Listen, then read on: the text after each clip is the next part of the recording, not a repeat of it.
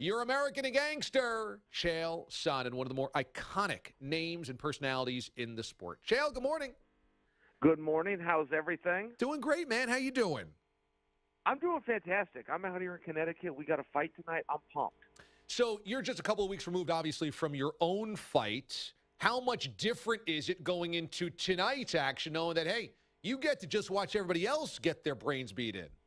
I tell you, it's the best. It really is. The only bad thing about this sport is having to go out there and do it. The rest of it I love. I love the training. I love the commentary. I love the watch. I love talking to you and just visiting about the sport. So, yeah, I'm fired up, man. We got Mitrione and Nelson. It's tonight, live free on Paramount Network. And I tell you, this is a rematch. That's what so many people don't realize. Mitrione's the favorite in this, but history says that Nelson's better. I mean, they fought and Nelson won.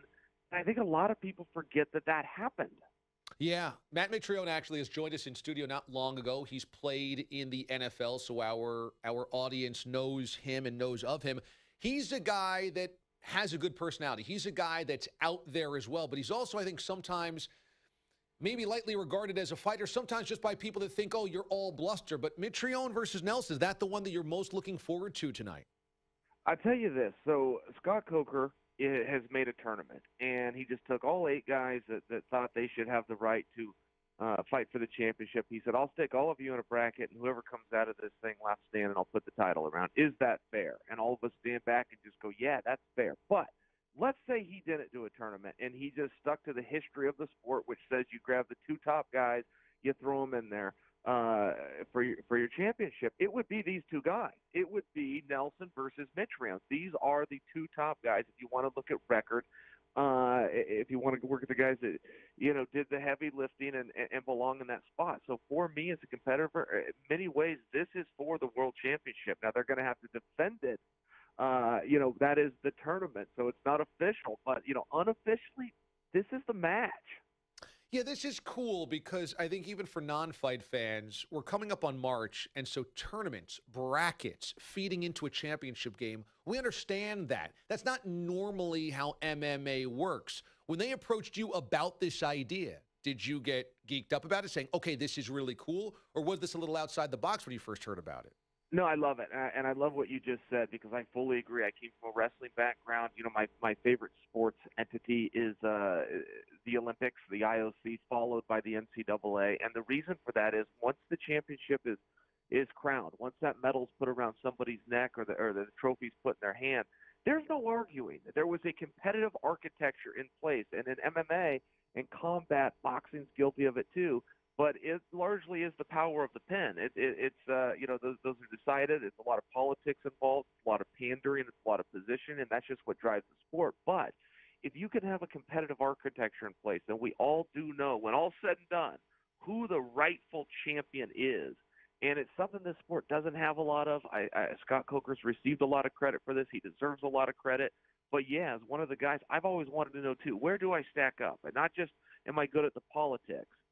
How are my skills? And the only way to know is a tournament.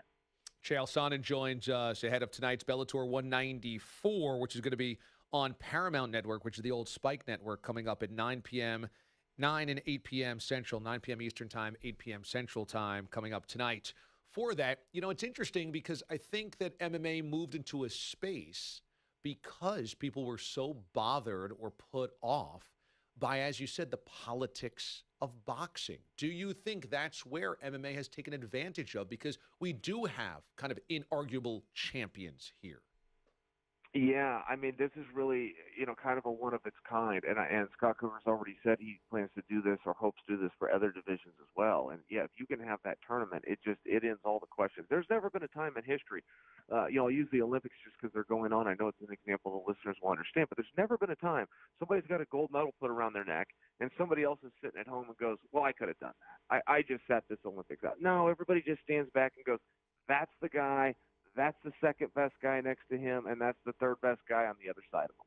We just all accept it, and yeah, I do wish that boxing would get more into that. I lived through the Mayweather and through all of these different eras, but there's always a debate and there's always a question, and there's so much politics that go in it.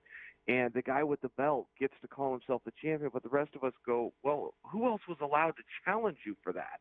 The Olympics is a wide open format. Anybody with a heartbeat that raises their hand in any contested sport has a shot to get in there and prove it. And I just think that adds validity. Anytime you have that actual architecture in place, more points, win time run out, that's the guy that advances. It matters.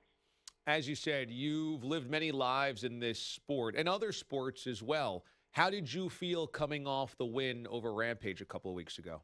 It's such a good feeling, to win in those sports is such a good feeling. It's also just a great feeling when it's done. You put so much into it, and there's so much build up, and there's a real relief of, okay, great. Whether it's I get a week off, or in my case, my coach gave me 2 weeks off.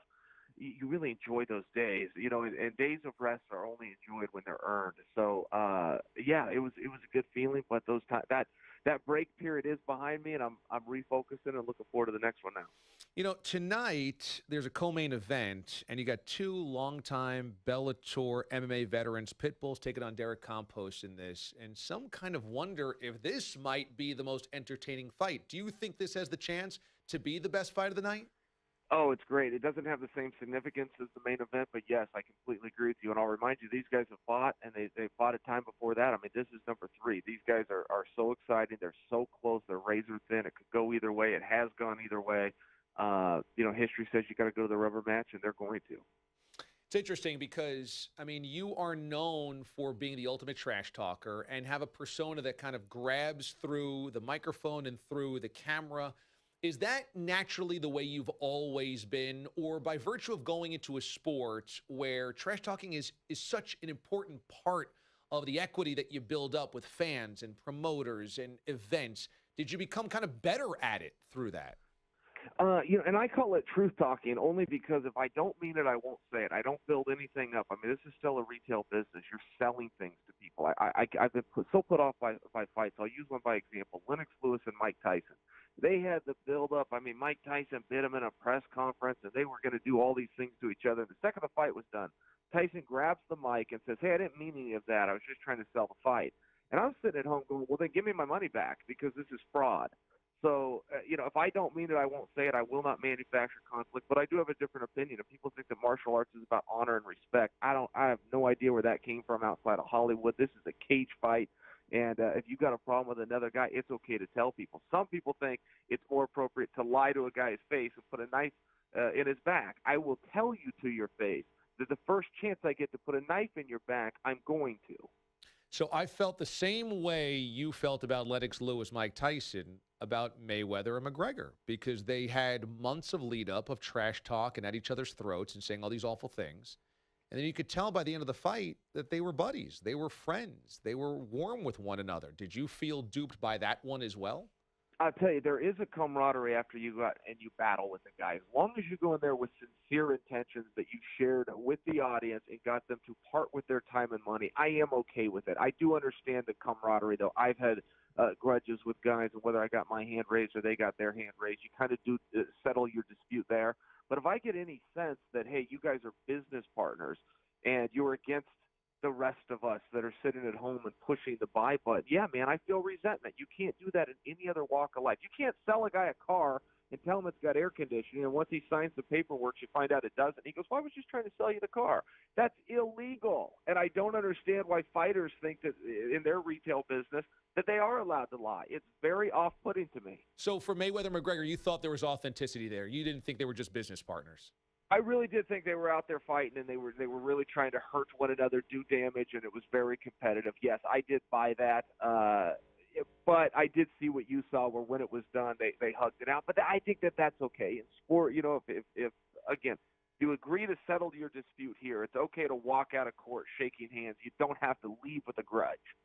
Hey, before I let you go, you said you're a huge IOC fan, and so have you been locked into the Olympics? Did you see Shaun White the other day and Chloe Kim and what they pulled off in the half pipe?